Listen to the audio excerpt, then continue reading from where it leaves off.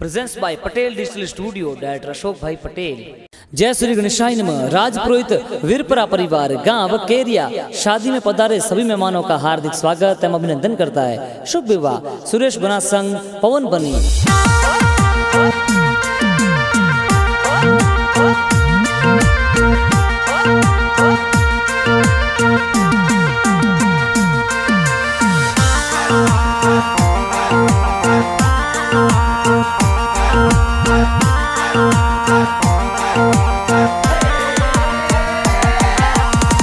मोरा केसरिया बनाने यूके बतलाया, मोरा रे सुरेश बनाने यूं के बतलाया। घूमतड़ी घोड़ी बनसा नाचे घनेरी, घूमतड़ी घोड़ी मत चढ़ जो बनसा नाचे गणेरी। घूमतड़ी घोड़ी बनसा कूदे घनेरी, पतली कमर में लचको पड़ जाई बनसा केसरा प्याला, केसरा प्याला।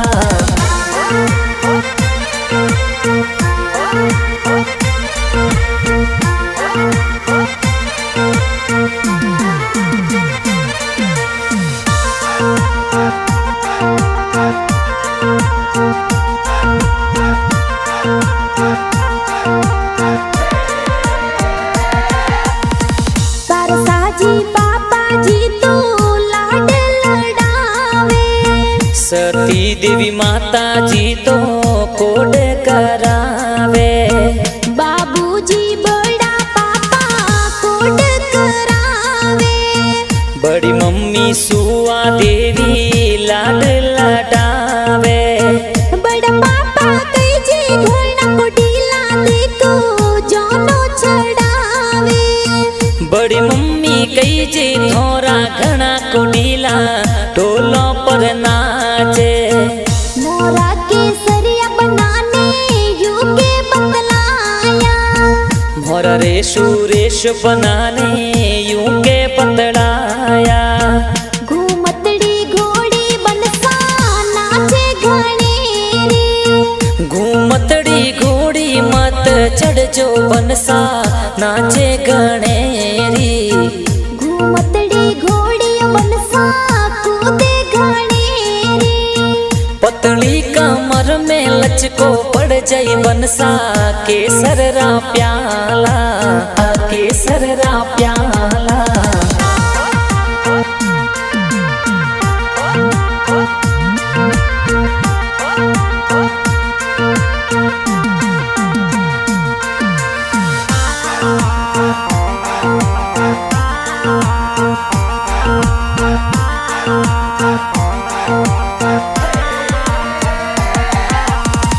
धना जी का को सातो घुड़ला सजावे, हे मंता जी लखमा जी घुड़ला सजावे।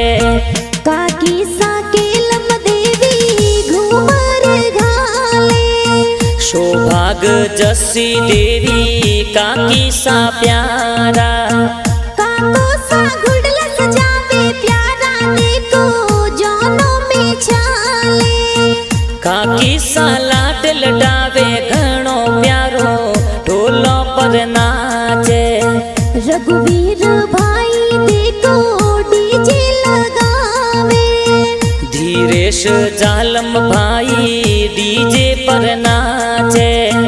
आरती भाभी सा देखो काजल लगावे, चंद्रिका नीमा भाभी सा काजल लगावे।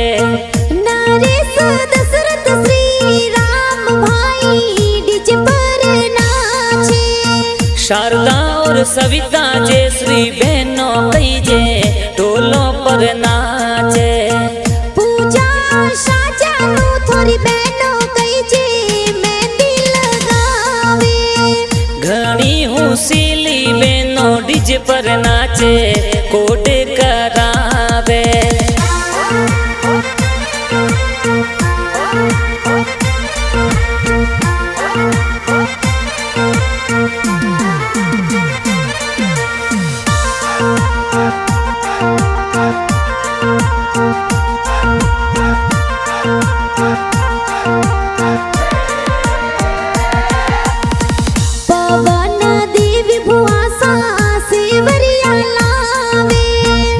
काळूजी फुवाड़ो सा सज धज आवे मसराजी मामो सातो मायरियो लावे भाकरजी तुलसाराम जी मायरियो भरावे दिनेश जी दूदाजी हितेश जी तो मायरियो लावे घणो कोटीलो भणीज विक्रम बन्ना डीजे पर नाचे मोरा केसरिया बनाने यूके बतलाया मोरा रे सुरेश बनाने यूं के बतलाया घूमतड़ी घोड़ी बनसा नाचे घनेरी घूमतड़ी घोड़ी मत चढ़ जो बनसा नाचे गणेरी घूमतड़ी घोड़ी बनसा कूदे घनेरी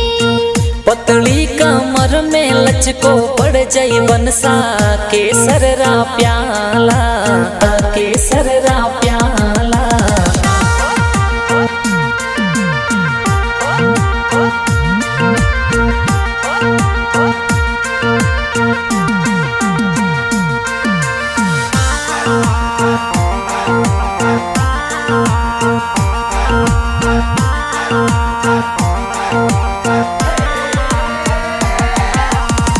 सुरिस बना तो देखो सावरिया में जावे पवन बनी हूँ सीला मन मुस्कावे सुरेश बना देखो फेरा जी खावे सुरेश बना ए फेरा चार प्यारा खावे फेराए पवन बनी संग खावे बनसा प्यारा घनला प्यारा घन बाजे